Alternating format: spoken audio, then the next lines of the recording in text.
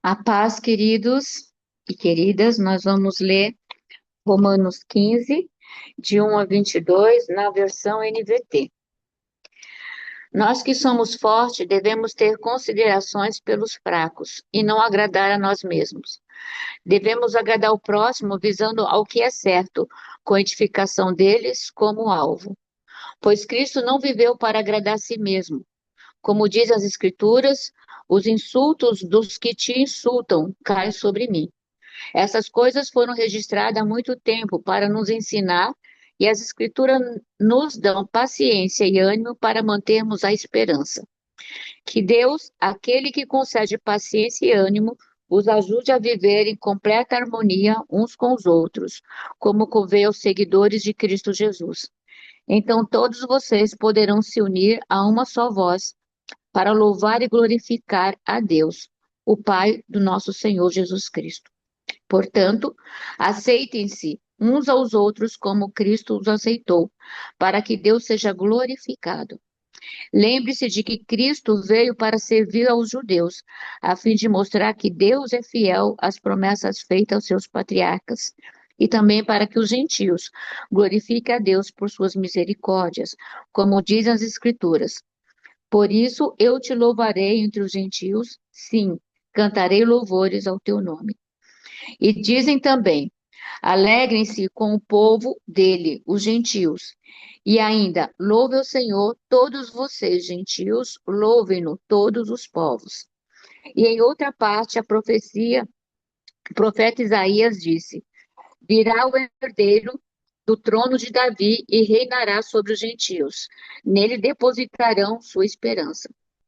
Que Deus, a fonte da esperança, os enche inteiramente de alegria e paz, em vista da fé que vocês depositam nele, de modo que vocês transbordem de esperança pelo poder do Espírito Santo. Meus irmãos, estou plenamente convencido de que vocês estão cheios de bondade. Conhecem essas coisas tão bem que podem ensiná-las uns aos outros. Ainda assim, atrevi-me a escrever a vocês sobre alguns desses assuntos, certo de que só precisam de um lembrete, pois pela graça de Deus sou mensageiro da parte de Cristo Jesus a vocês, os gentios. Anuncio-lhe as boas novas, para que se for, tornem ofertas aceitáveis a Deus, separados pelo Espírito. Tenho motivo, portanto, para me entusiasmar com o que Cristo Jesus tem feito por meio do seu serviço a Deus. E, no entanto, não ouso me vangloriar de nada, exceto do que Cristo fez por meu intermédio, a fim de conduzir os gentios a Deus, por minha mensagem e pelo meu trabalho, convencendo-os pelo poder de sinais e maravilhas e pelo poder do Espírito de Deus. Assim, apresentei plenamente as boas novas de Cristo, desde Jerusalém até Ilírico. Sempre me propus a anunciar as boas novas, onde o nome de Cristo nunca foi ouvido, para não construir sobre o alicerce alheio. Pois, conforme diz as Escrituras, aqueles nos quais ele nunca foi anunciado verão, e os que nunca ouviram falar dele entenderão. É por isso, aliás, que há tanto tempo tenho adiado minha visita a vocês, porque estava pregando nesses lugares.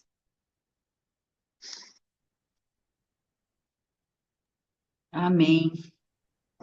Gente, é uma coisa muito linda, né? A gente pensar a clareza que Paulo tinha, né? Da missão.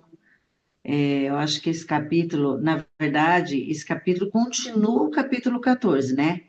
Segundo o pastor Hernandes, né, Edna, que da semana passada ela falou, esse capítulo 15, os primeiros versículos, continuariam o capítulo 14, né? Como a gente sabe, a Bíblia foi escrita, as cartas foram escritas como uma carta, né? Essa divisão, capítulos, versículos, vieram depois na organização, né, do Novo Testamento, como um livro para a gente poder entender e poder estudar. Então, aqui a gente vê que ele está continuando o que ele vinha falando no capítulo 14, né? sobre a liberdade, sobre o que fazer, o comer, o dia, esse pode, aquele não pode, né? Era a discussão que acontecia, porque cada um vinha com as suas práticas, né? E aqui com os romanos não seria diferente. E aí, Paulo, ele começa. Eu estou com as duas versões abertas aqui, a ARA e a NVT, então deu certo que a Edna leu na NVT, né? Na ARA, é a única que ele começa falando ora, né? Ele usa essa preposição aqui, ora. Nas outras, ele não usa, ele começa direto falando, nós que somos fortes, porque ele está continuando o assunto que ele vinha falando no versículo 14, né? Devemos suportar as debilidades dos fracos e não agradar-nos a nós mesmos, né? Então, aqui a gente vê essa continuidade do tema. E a gente vê que esses primeiros versículos, até o 8, ele tem algumas palavras assim, bem chaves, né? Ele fala sobre suportar, ele fala sobre agradar ao próximo, ele fala que nós temos que fazer como Cristo fez, tendo paciência e consolação, isso nos traz esperança, o mesmo sentir. Então, algumas palavras, né? Glorificar, elas são fortes nesses primeiros 8 versículos, né? Trazendo a ideia da imitação a Cristo e do altruísmo, que seria o tema desses primeiros versículos, né? Do 1 ao 13, nós teríamos como tema, vamos dizer assim, vivam para ajudar e edificar os outros. Na NVT ele traz esse subtítulo, no ARA ele traz a imitação de Cristo, a simpatia e o altruísmo, do 1 até o versículo 13. Nós temos, assim, essas características, né? E, gente, eu vou falar algumas coisas, mas eu preciso que vocês participem. Eu não preparei perguntas, como a Edith sempre faz, mas elas vão surgir aqui, né? É porque eu quero fazer um panorama aqui rapidamente do que eu entendi sobre esses primeiros versículos, né? Paulo, na verdade, ele traz um encorajamento a nós, né? Gente, como que a gente pode falar se a gente é forte ou é fraco? Agora eu estou fazendo uma pergunta. Porque ele começa falando, vós que sois fortes, nós que somos fortes, ele se põe como forte. Devemos suportar as debilidades dos fracos. Na NVT fala, nós que somos fortes, devemos ter consideração pelos fracos, né?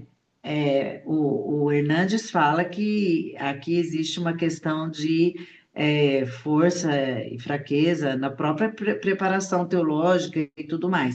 Mas o que vocês pensam sobre isso? Quem pode me falar aí? Eu não sei, tem hora que eu sou fraca. Eu acho que tem uma. Eu não vou lembrar qual filósofo que fala isso, mas tem um filósofo que diz que amadurecimento, o livre, é aquele que não faz o que quer, né? O que faz tudo o que quer, ele não é livre, ele é escravo dos desejos dele. Mas aquele Uhum, que faz o que não quer, então esse é livre, porque ele tem escolha sobre os desejos, né? Eu acho que forte é aquele que não é dominado pelos próprios desejos, né? Porque o desejo natural do homem é satisfazer a si mesmo, né? Nas suas sim, necessidades, nas suas vontades. Então, eu acho que aqui a chave, eu pensei isso por causa dessa questão do que vem depois, né? Devemos agradar ao próximo, visando ao que é certo como edificação deles, né? Pois Cristo não viveu para agradar a si mesmo, uhum, né? Então, assim, acho que o primeiro modelo que ele coloca aí de Cristo, né, que você falou muito bem, né, esse texto fala da imitação que nós temos de Cristo, né?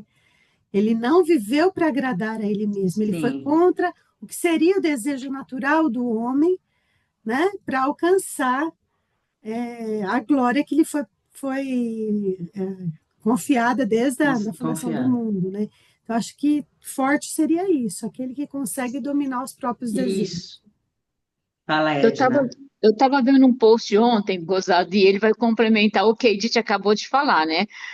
Aí a mãe estava no carro e falou que a filha perguntou: quando eu crescer, eu vou morar sozinha, que eu quero ter liberdade. Aí falou assim: mas o que é liberdade para você? É para você fazer o que você quer? Mas fazer o que você quer não é liberdade, é libertinagem, porque você faz aquilo que é seu desejo. Liberdade é você poder escolher fazer o que você não quer, porque você tem essa opção. Então, complementando o que Edi está falando aí, né? Uhum. Quando eu vi esse post, eu comecei a pensar sobre isso, né? Que a gente, quando crescer, a gente quer sempre fazer o que a gente acha que deve fazer. Mas isso é você seguir o rumo daquilo que as pessoas esperam, que você faça o que você quer. Quando você contraria aquilo que é normal, você está tendo a opção de escolher. Então, você está tendo a Sim, liberdade de fazer aquilo que as pessoas não esperam que você faça, mas sim. que é certo. Lembrei da frase da E, minha professora de PFTHC. Olha isso, olha o nome da matéria do primeiro ano, em 1988. E olha isso. lembra? E lembra? Lembro, ela falava que liberdade é poder escolher as próprias prisões, né? Uhum. Como Paulo, em algumas passagens, vai falar, né? Porque o que era livre, escolher ser escravo de Cristo, né? Poder Exatamente. escolher as próprias prisões, né? E isso por amor ao outro, né? Porque se aquilo que eu faço, porque ele fala no capítulo anterior, né? Se eu comer vai escandalizar o irmão, né? Então eu não como quando o irmão estiver presente, porque essa hora eu sou forte, porque eu consigo entender e amar o outro. E aí vem a ideia, né? Paulo encoraja os cristãos a viverem essa vida de autonegação em relação aos outros, dentro de um companheirismo cristão. Então, esse capítulo, em especial nos primeiros versículos, ele nos traz essa ideia do suporte, né? Do companheirismo, do andar juntos, até onde eu posso ir que eu vou trazer com que o meu irmão se torne forte também. Eu vou trazer com que o meu irmão cresça também. Ele cita especificamente a obrigação dos mais fortes em relação aos membros mais fracos do corpo, como está em Gálatas 6:1-2, né, gente? Levai as cargas uns dos outros. Ele deu o exemplo de Cristo aos cristãos romanos. A palavra suportar, que traz aqui na Bíblia Ara, fala suportar e na Bíblia NVT fala considerai. Mas essa palavra, no original grego, é a mesma palavra usada na ocasião que Cristo suportava a cruz. João 19:17. Então, é de suportar aquilo, aquele peso, ser suporte, mas suportar no sentido de poder levar algo para abençoar e para ajudar o irmão, né? Paulo notou que as pessoas se transformavam com mais facilidade, com mais rapidez em uma atmosfera de amor do que num ambiente repleto de críticas. Porque quando você só critica, você não traz crescimento para o irmão. Mas quando você se põe ao lado e considera o irmão como superior a você, como também tem lá em Gálatas, né, falando em Filipenses, eu acho que fala sobre o irmão se você se colocar ao lado, a verdadeira consideração em relação às preocupações e às necessidades dos outros promove harmonia e unidade na igreja. Então, um ambiente crítico, ele não traz crescimento, mas um ambiente em que a gente se coloca no lugar do outro, que é a empatia, né? Que a gente se coloca como Cristo faria naquele lugar, é essa ideia do suportar as debilidades do fraco e não agradar a nós mesmos. Eu não estou aqui para me agradar, eu estou aqui para agradar a Cristo. Isso que eu faço vai agradar a Cristo? Lembra aquela historinha do livro Em Meus Passos, o que faria Jesus, que virou pulseirinha para a pessoa olhar? Gente, será que a gente precisa de uma pulseirinha para lembrar, né?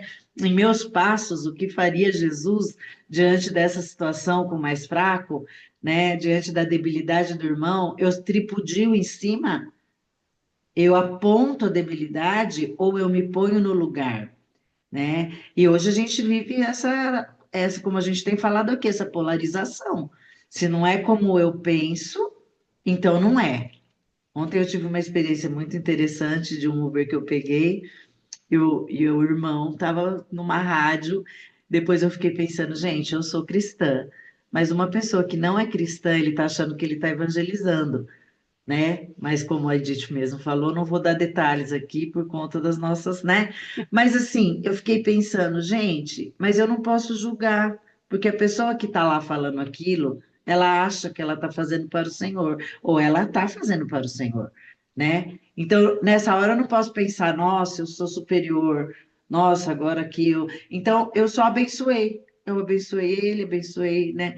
E fiquei pensando, Deus abençoa, que a pessoa, quando entrar nesse carro e ouvir isso, não saia, né, pensando escandalizada sobre os irmãos, né? Porque existem várias vertentes, existem várias correntes. Agora, o que ele fala aqui é que nós temos que agradar no que é bom para a edificação. Olha o versículo 2. Portanto, cada um de nós agrade ao próximo no que é bom para a edificação. Devemos agradar ao próximo visando ao que é certo, com a edificação deles como alvo. Então, eu posso exortar o irmão quando aquilo não está dentro do propósito, quando aquilo está fora do alvo, que é a edificação dele, da igreja, e que é a palavra do Senhor. E isso ele vai deixar muito claro aqui, porque ele fala: pois Cristo não viveu para agradar a si mesmo.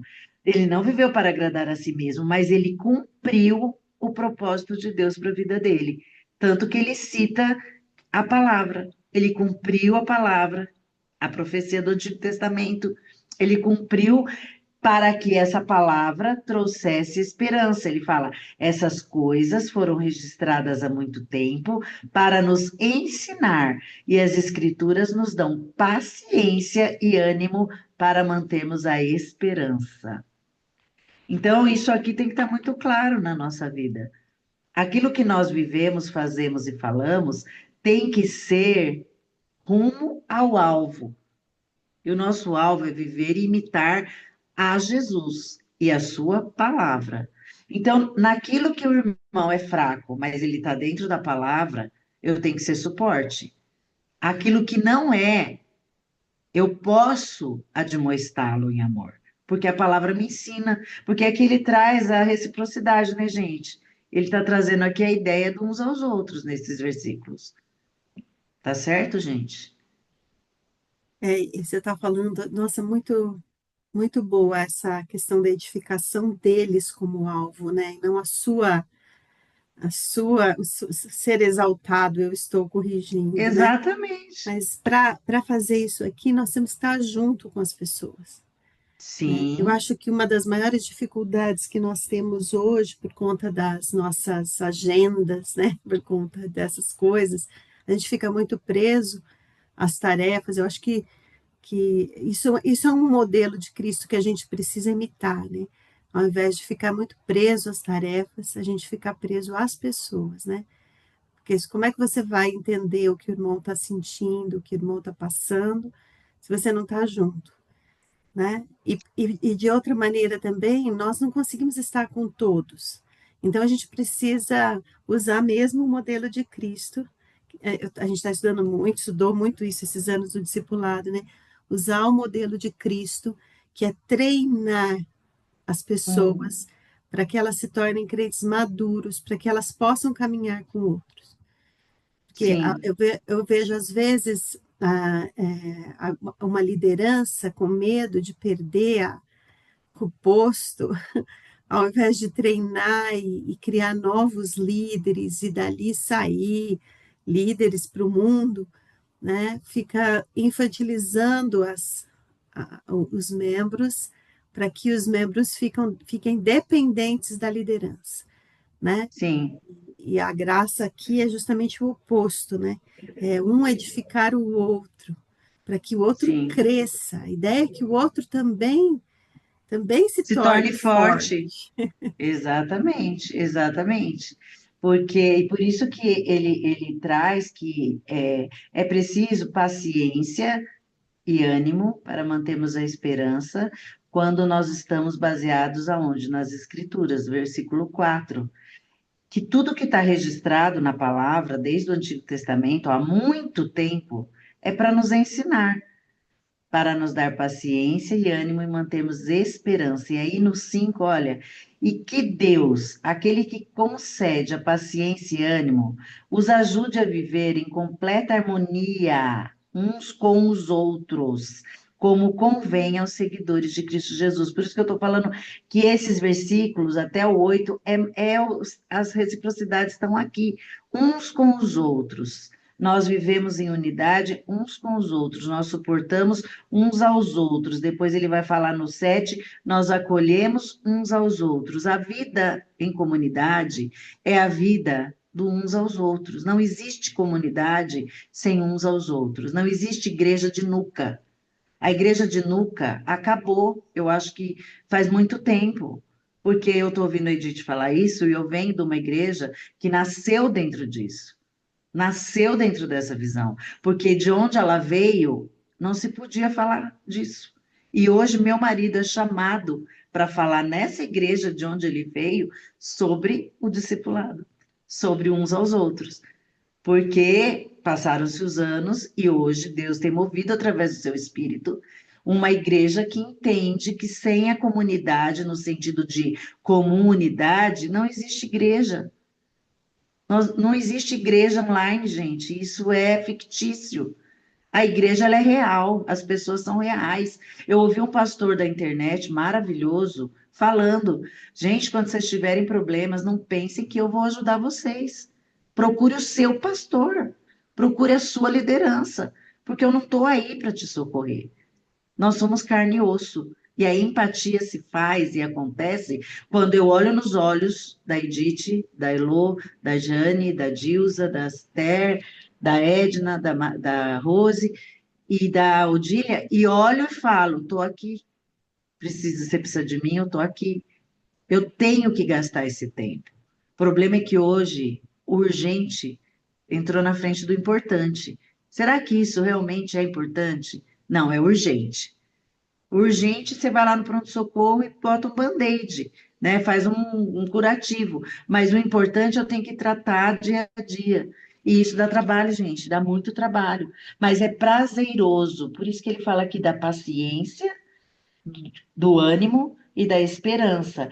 E o mais lindo é que no versículo 5 e 6 a gente vê a Trindade presente.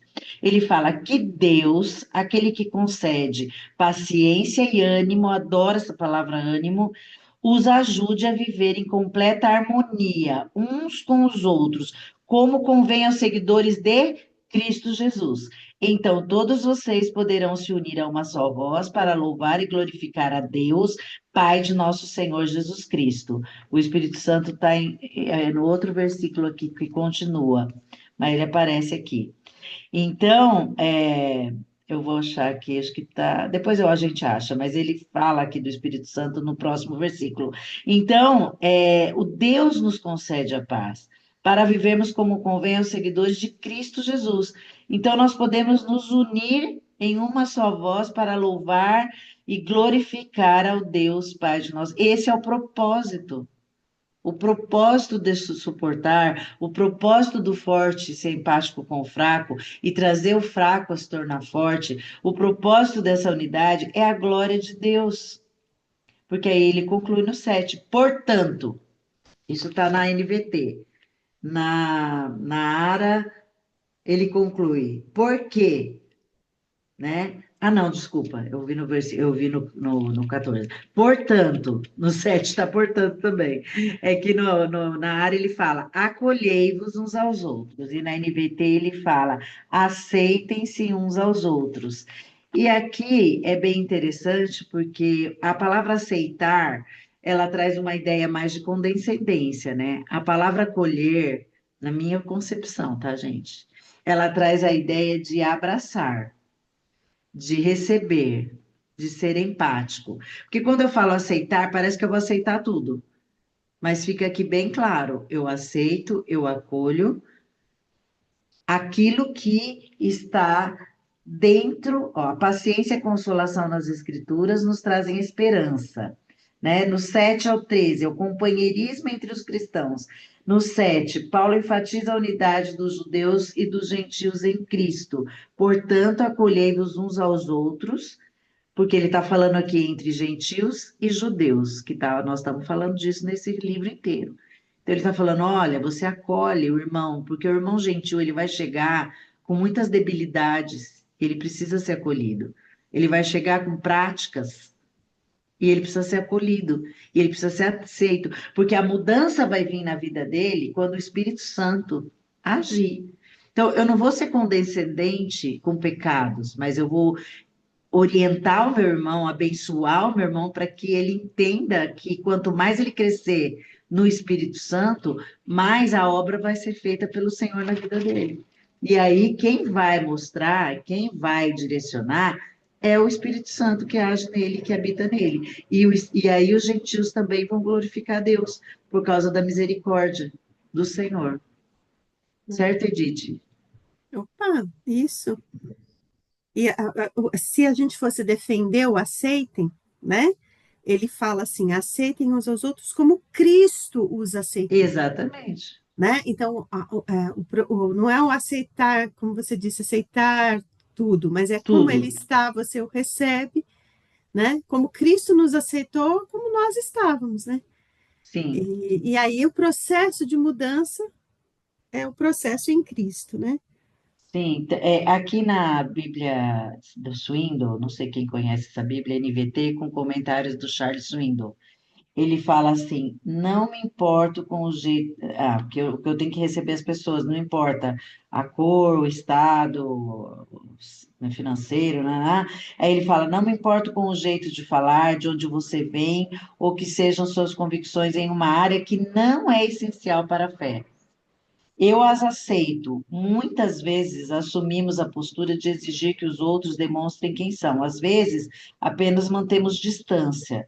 Não é surpresa que estejamos, sistematicamente esvaziando a igreja. Não estou dizendo que devemos fazer concessões quanto aos fundamentos da fé, ou ir além das normas usando a liberdade como desculpa. Estou falando sobre mostrar tolerância cristã básica. Então, é isso que você falou, como Cristo nos aceita.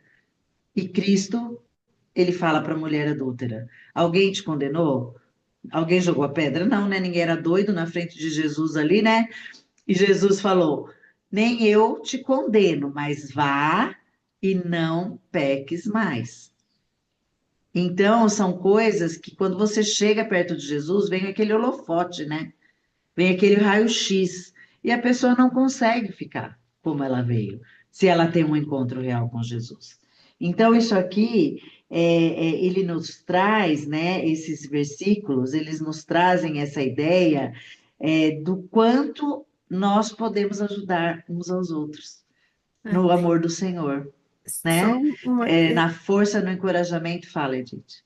não, só uma questão, assim, que você, voltando ao versículo 2, né? Aham. Com a edificação deles como alvo, né?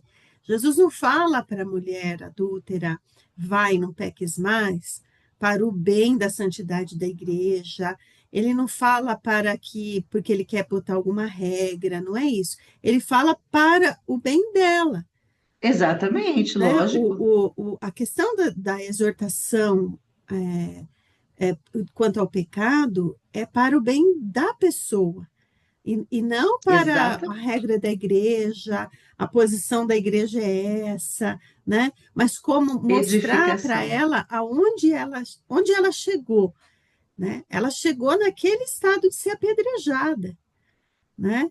Ela chegou ali por conta dos pecados dela, né? Só que ninguém teria condição de condená-la. E ele que tinha, ele fala, não, tá livre, né? Sim, exatamente. É isso mesmo. Então, assim, tanto que ele termina aqui no versículo 7, 8, ele fala: portanto, acolhei-vos uns aos outros, como também Cristo nos acolheu para a glória de Deus. Digo, pois, que Cristo, olha, a missão, né, o ministério, ele fala que Cristo foi constituído ministro da circuncisão em prol da verdade de Deus, para confirmar as promessas feitas aos nossos pais. E aí ele vai citar: e para os gentios glorificarem a Deus por causa da sua misericórdia, como está escrito. Então, o interessante é que ele cita, né? Não só ele fala que ele é ministro dos gentios, mas aqui ele cita Jesus. O ministério de Jesus é para com os judeus e é para com os gentios, para se cumprir a palavra. Eu achei isso aqui incrível, né? Fazendo um outro estudo aqui, que a gente também estudou o livro de Romanos na igreja, dos versículos, ó, 8 ao 28, viu, Jane, que a Jane vai falar depois, há 10 vezes se repete a palavra gentil, que no grego original usa-se para etnos, de qual se origina etnia, que é a tradução em português, etnia. E na Bíblia em espanhol, porque a gente usou o livro de um irmão que é argentino, a Bíblia em espanhol substitui a palavra gentios por nações, para exemplificar os povos ou etnias não judaicas. Isaías 9, anota aí depois vocês leem de 1 a 2, é muito interessante como ele cita, é bem claro isso, ele cita as tribos, duas tribos dos judeus, e cita o povo que não era judeu e fala dos gentios. É lindo ver isso. Isso já estava no propósito de Deus e Jesus morreu naquela cruz para cumprir esse propósito. E Paulo aqui, ele está relembrando os irmãos desse propósito, porque ele fala para confirmar as promessas feitas aos nossos pais. Depois ele vai citar várias passagens aqui, né? Por isso eu te glorificarei entre os gentios e cantarei louvores ao teu nome. Alegrai-vos, ó gentios, com os povos. Louvai ao Senhor, vós todos os gentios, todos os povos o louvem, né? E aí Isaías vai fazer a profecia: haverá na raiz de Jessé aquele que se levanta para governar os gentios. Nele os gentios esperarão. Então nós estamos aqui. E isso é maravilhoso. Eu entendo assim, que nós estamos aqui. E o Deus da esperança, ele termina com esse versículo, termina essa sessão aqui, né? E o Deus da esperança vos encha de todo gozo, quer dizer, de toda alegria e paz no vosso crer. Ah, o Espírito Santo está aqui, ó.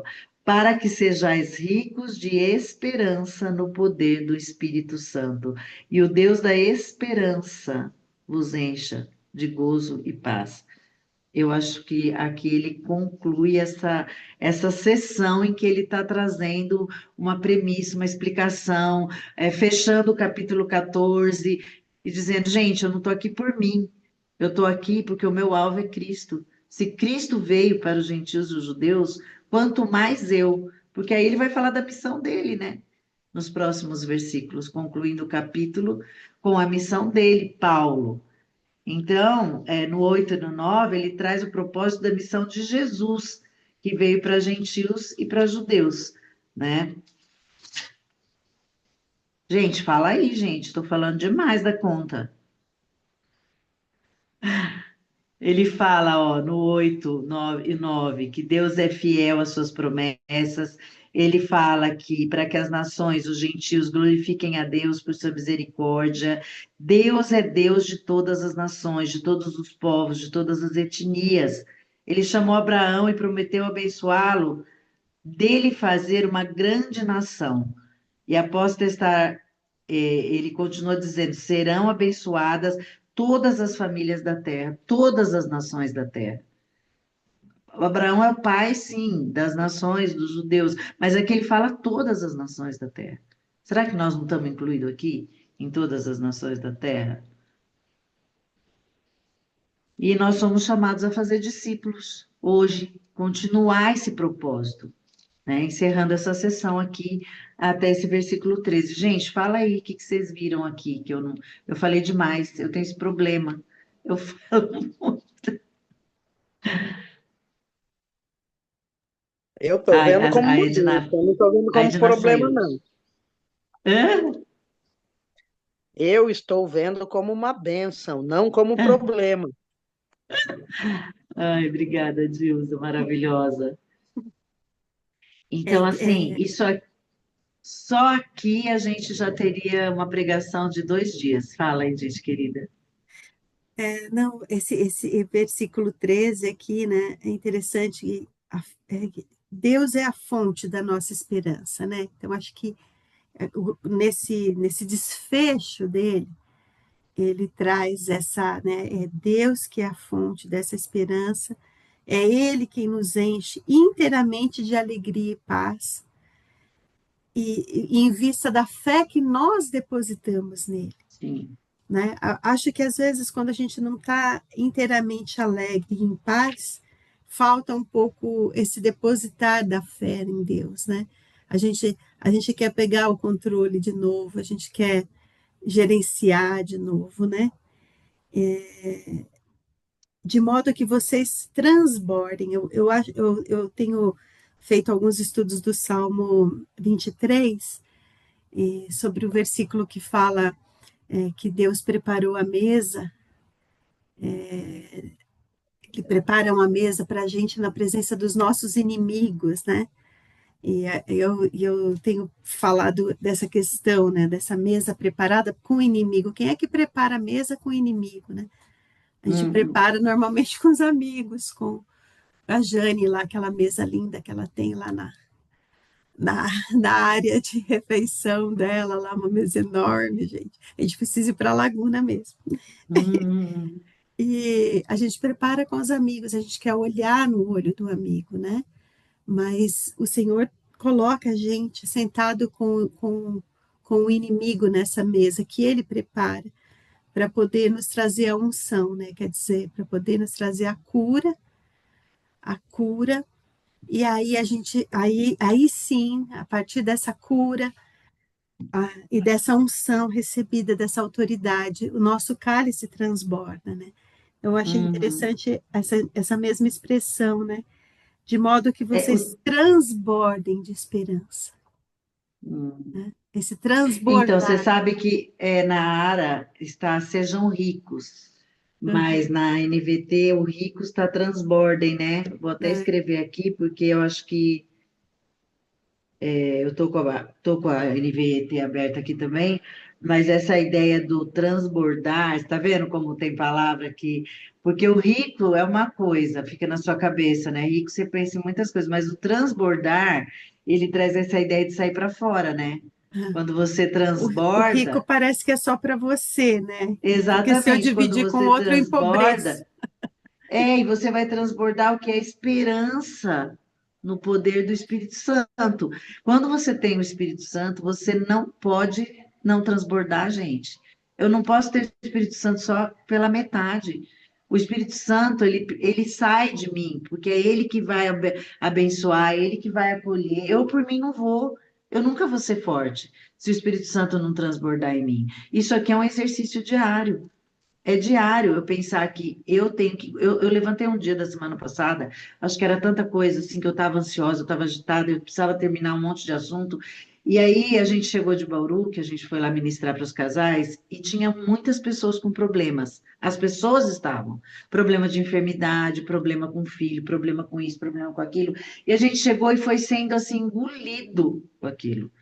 E aí, um dia eu falei, Deus tem misericórdia, eu não sei nem para onde eu começo. E comecei a orar. E acordei naquela manhã e abri o meu aplicativo da Uvershan aqui, que eu gosto de ler até na cama, só esse aplicativo. Depois eu faço outras coisas. E bem aquele dia era o versículo que falava que eu tinha que encorajar uns aos outros. E aí a meditação era para você, quem você vai encorajar nesse dia, né? Nossa, aquilo para mim foi uma coisa muito boa, porque eu tomei aquilo como Deus falando para mim: sai de você, deixa isso aí que eu estou cuidando. De cada um deles eu estou cuidando. E pense em quem você precisa encorajar hoje. E eu tinha uma pessoa que eu estava orando já fazia dias que eu precisava mandar uma mensagem, não sabia o que mandar. E aí naquela hora eu falei: pronto, é agora. E aí eu passei o dia mandando mensagens, recebendo, encorajando, e Deus cuidou de tudo aquele outro, e pôs na ordem do que devia acontecer, porque tinha que cuidar de tudo. Mas Deus põe uma ordem. Ele não manda que a gente saia que nem desesperado fazendo as coisas. Ele dá uma ordem para a gente, ele organiza, ordem no sentido de organizar. E aí foi muito bom para mim, sabia? Porque eu consegui concluir a semana com o que eu precisava fazer debaixo dos cuidados dele e livre dessa ansiedade ruim, que é um pouquinho de ansiedade, né? Ai, tô com frio na barriga porque eu vou falar, ou porque eu vou receber, ou porque eu tenho que aconselhar. Isso é bom, uma ansiedade de temor, mas essa ansiedade maligna que paralisa a gente, nós temos que lançar aos pés do Senhor. Então, saber que Ele é o Deus que me encoraja e que o Espírito Santo transborda quando ele transborda de esperança, o poder do Espírito Santo em mim, gente, não tem para ninguém, porque é o Senhor que vai na nossa frente, né? Não tem para ninguém, vocês me entenderam, entre mil aspas, né? Não tem para ansiedade, não tem para tristeza, não tem para medo, não tem, porque eu vou clamando ao Senhor, para que Ele me conduza e vá na minha frente, o Espírito Santo seja derramado, sabe? E aquela figura do copo, né, que está meio cheio, e o contente, ele fala, nossa, eu já tenho meio copo. E o ansioso, triste, azedo, ele fala, nossa, só tem meio copo. Né? A história do contentamento do livro do Barclay, não sei quem conhece, O Segredo do Contentamento. Todo mundo tinha que ler esse livro, gente. É sensacional. Então, eu tenho que, e quando eu me aproximo e peço, Senhor, me encha desse poder, para que eu seja rica de esperança, transborde, para que eu transborde, ele vai enchendo e o copo vai enchendo, gente, e vai caindo para fora. Então, essa é a figura que eu sempre tenho aqui. Bom, concluindo esse pedaço aqui, né? Vamos estar cheias do Espírito, transbordando, né, Edith?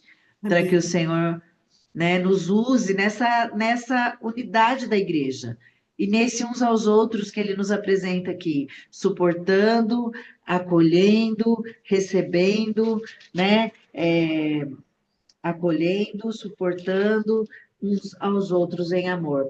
E aí Paulo vai partir para a explicação, para por que, né, que ele está, a razão dele estar escrevendo essa carta, né, e aí ele vai trazer aqui o propósito de Deus, porque ele fala, deixa eu só colocar aqui. Ele fala, e certo estou, meus irmãos, sim, eu mesmo, a vosso respeito, de que estáis possuídos de bondade, cheios de todo conhecimento e aptos para vos admoestar uns aos outros. É isso que a gente acabou de falar aqui, né? Então ele fala que ele está trazendo essa construção, e ele termina aqui falando da admoestação, que a gente já falou bastante, uns aos outros de novo. Se você pegar a sua canetinha, né? A sua canetinha, marca-texto, e grifar, você já vai ter aqui 4 mutualidades nesse versículos que a gente leu. Então, isso aqui é a prática da comunidade. Entretanto, agora ele vai dar um contraponto aí. Vos escrevi em parte, mais ousadamente, como para vos trazer isso de novo à memória. Ou seja, não devia estar acontecendo isso lá, né? Então, é a história do repetir. Há de se repetir. E às vezes, né, eu que acompanho um pastor aqui há 35 anos, às vezes eu mesmo falo para ele, mas você tem certeza que você vai repetir esse assunto? E ele fala, há que se repetir. Existem coisas que há que se repetir. Porque os anos passam, as pessoas mudam, há uma rotatividade, chegam pessoas novas e tem assuntos que são fundamentos. Os fundamentos precisam ser repetidos, né? Que a gente está falando do discipulado. O discipulado é o fundamento da vida cristã. Se você não tem o fundamento, você vai estar colocando o fundamento muitas vezes em areia. Então, Paulo está falando, entretanto, estou falando certo, Edith? Ele está trazendo isso à memória, como para trazer a memória por causa da graça que me foi otorgada. Estou lembrando vocês que eu vim sim para judeus e para gentios. Eu vim sim, e ele fala, para que eu seja ministro de Cristo Jesus entre os gentios, no sagrado encargo de anunciar o evangelho de Deus, de modo que a oferta dele seja aceitável, uma vez santificada pelo Espírito Santo. Lembrei do versículo que fala pega essas palavras, anote-as, repete aos seus filhos, coloca nos umbrais da Está lá em porta. Deuteronômio, Esse exatamente. há de se repetir me fez lembrar desse versículo, Exatamente. né? Exatamente. Exatamente. Ele fala aqui nessa minha Bíblia do Swindle sobre essa questão dos cheios de bondade, que ele fala aqui no 14, né? Estáis possuídos de bondade. Ele fala que quando uma pessoa pecaminosa torna-se filha de Deus, Ao receber o Senhor Jesus Cristo, Deus entra na vida dela mediante o seu Espírito Santo e começa a construir atributos de bondade. Até o momento, a casa estava vaga e vazia, acumulando poeiras, mas agora Deus reside ali. Surge um novo agente da limpeza, o sangue de Jesus Cristo, que atua como um detergente, removendo todas as velhas e antigas tentativas enganosas de ser bom, porque todo mundo quer ser bom. Só que a pessoa quer ser boa na sua própria força e substitui-as pela bondade verdadeira. Aqui Paulo elogia os cristãos romanos por serem competentes seguidores de Jesus, uma vez que o Espírito de Deus está produzindo essa bondade neles. Então, tudo de bom que é produzido em nós tem que vir de Deus, porque Ele é quem transforma a nossa natureza, né? Primeiro, porque a gente volta à essência, né, gente?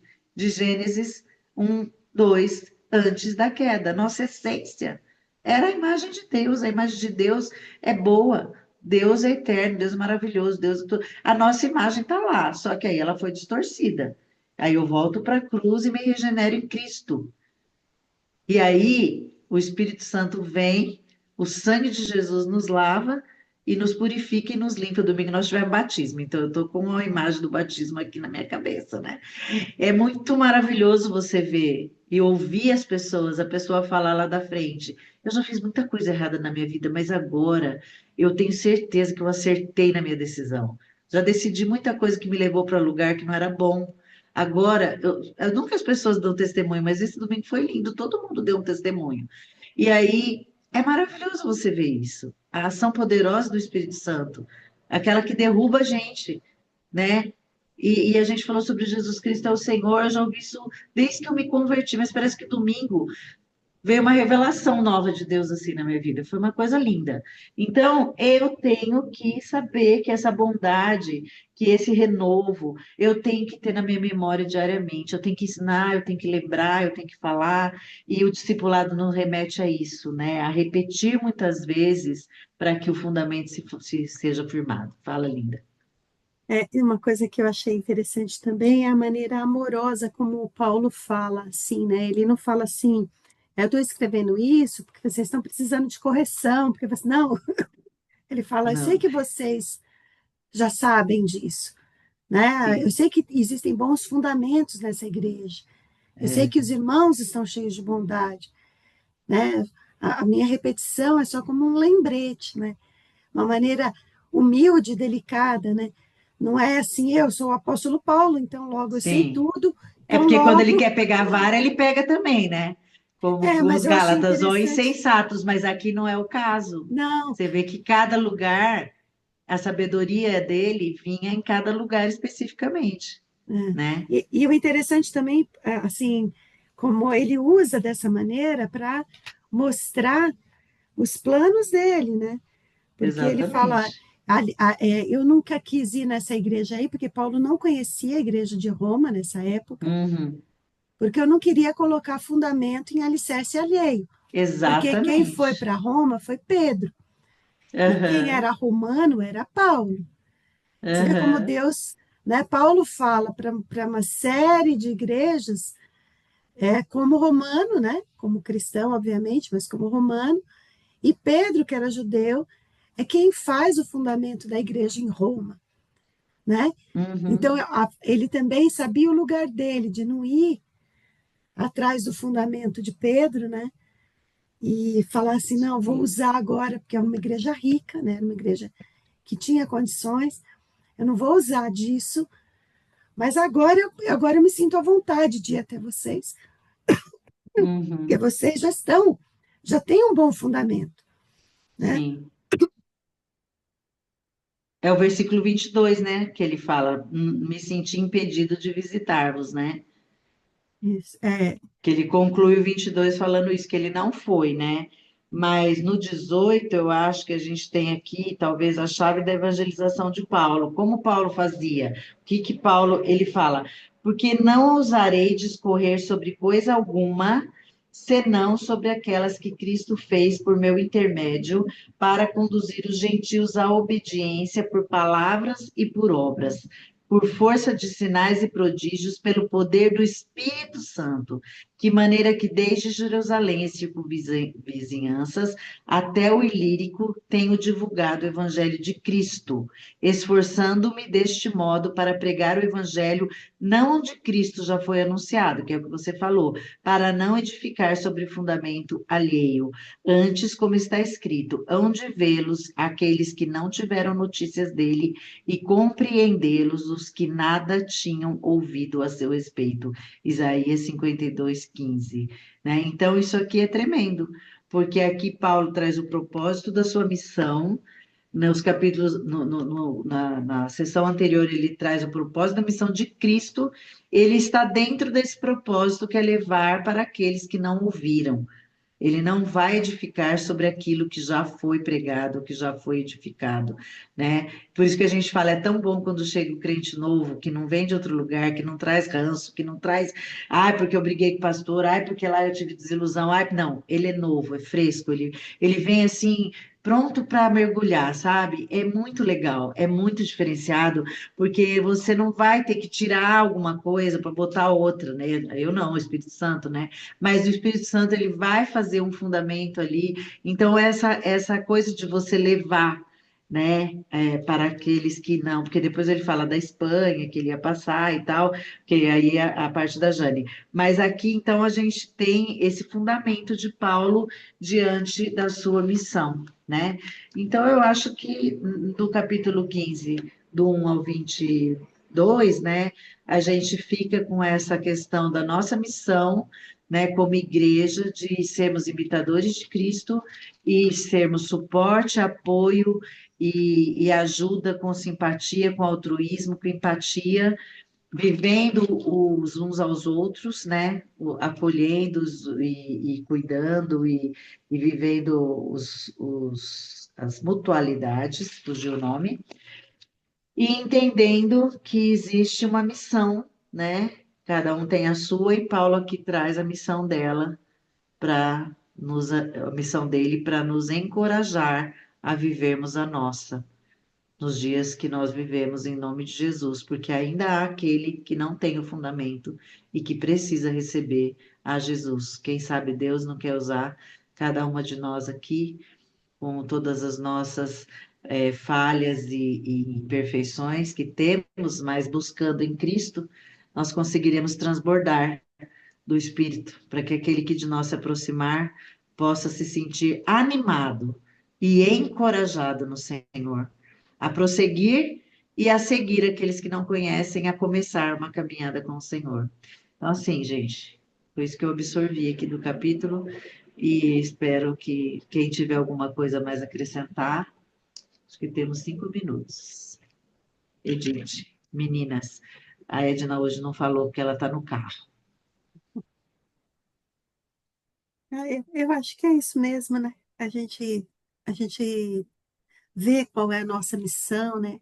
Acho que às vezes a gente que não está na liderança da igreja ou num posto de liderança, ou mesmo quem está, acha que a sua Sim, missão é aquela liderança, mas não. A nossa missão é pregar o Evangelho de Cristo. Aonde a gente estiver, exatamente. para quem necessitar, para quem estiver desejoso, né?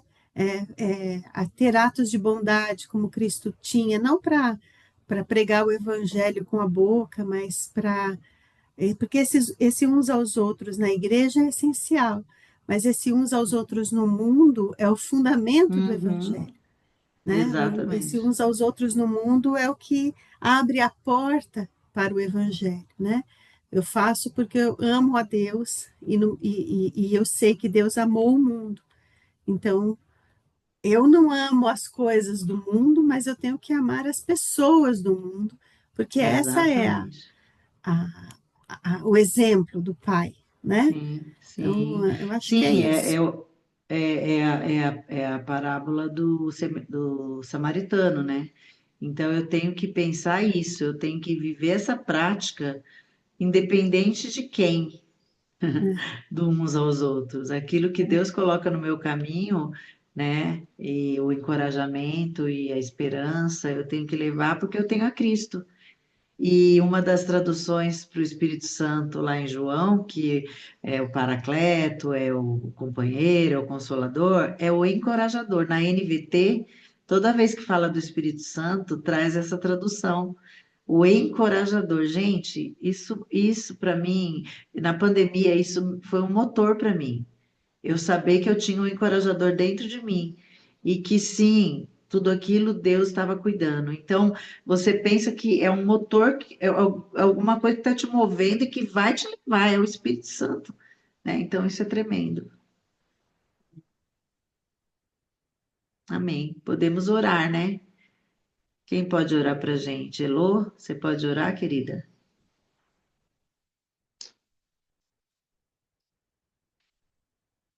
Só não abriu o microfone. Isso, Posso. Estava abrindo aqui. linda. Estava ouvindo você falar, é o encorajador que nos move e que moveu, né? Na pandemia, que você está aqui firme e forte. Exatamente. Às vezes a gente não tem quem esteja em volta. Então vamos orar. Senhor, muito obrigado pelo privilégio que nós temos de estarmos reunidas aqui hoje, mesmo que tão distantes, mas isso é um privilégio, poder falar do Senhor, poder conversar a respeito das tuas coisas, por essa liberdade, eu te dou graças nessa manhã. E quero te agradecer por tantas coisas que conversamos aqui, ouvimos, na verdade, por tantas coisas que o Senhor nos trouxe à memória, por tantas coisas que o Senhor nos relembrou, e quero te pedir que o Senhor tenha misericórdia de nós para que a gente possa pô-las em prática, Senhor. Sim, Quero Deus. te agradecer porque nos momentos que fomos fracas, tivemos essas pessoas ao nosso redor para nos encorajar, para nos orientar, para nos animar, pessoas que tiveram paciência com a gente. É verdade, Durante a Deus. nossa história, a gente consegue lembrar de tanta gente nessa caminhada. Eu te dou graças por cada uma delas, Pai. Te dou graças pelas irmãs desse grupo que fazem isso comigo até hoje. E, Senhor, eu quero pedir que o Senhor nos faça ser essa fortaleza, essas pessoas fortes que irão encorajar outras, que a gente possa ter paciência, que a gente possa ter palavras de incentivo, de ânimo, que a gente possa buscar agradar o próximo, Senhor, e não a nós mesmos. Que, Senhor, são tantas coisas que a gente leu aqui, que a gente percebe que às vezes a gente não põe em prática. Tem misericórdia, nos Tem capacita misericórdia. a sermos essas cooperadoras, Senhor, que a gente queira agradar mais e buscar a edificação mais de quem está à nossa volta do que a nós mesmos. Dá-nos essa força. Eu te agradeço pelo Espírito Santo que habita em nós, que está em nós, que está conosco, para que ele nos capacite. Senhor, tem misericórdia de nós. E eu te agradeço por todas essas lembranças, por todas essas por todas essas recordações, isso que o Senhor nos trouxe à memória hoje, de quem nós somos, qual é o nosso propósito. E, ao mesmo tempo, Senhor, eu te peço perdão pelas vezes que nós tentamos ser essas pessoas fortes, pelas regras da nossa casa para os nossos filhos, pelas regras da nossa igreja para os membros dela, Senhor. Que o Senhor endireite a nossa visão, que o nosso rumo seja agradar ao Senhor e que as nossas motivações sejam acertadas a partir de agora. Cuida da Angélica, da Edith, muito obrigada pela liderança delas hoje. Cuida da Edna, de todas que estão aqui ouvindo, participando, e cuida daquelas, Pai, que não estão conosco. É o que nós pedimos e desde já te agradecemos, porque o Senhor tem ouvido as nossas orações, porque fazemos em nome de Jesus. Muito obrigada. Amém, Jesus. Amém. Amém.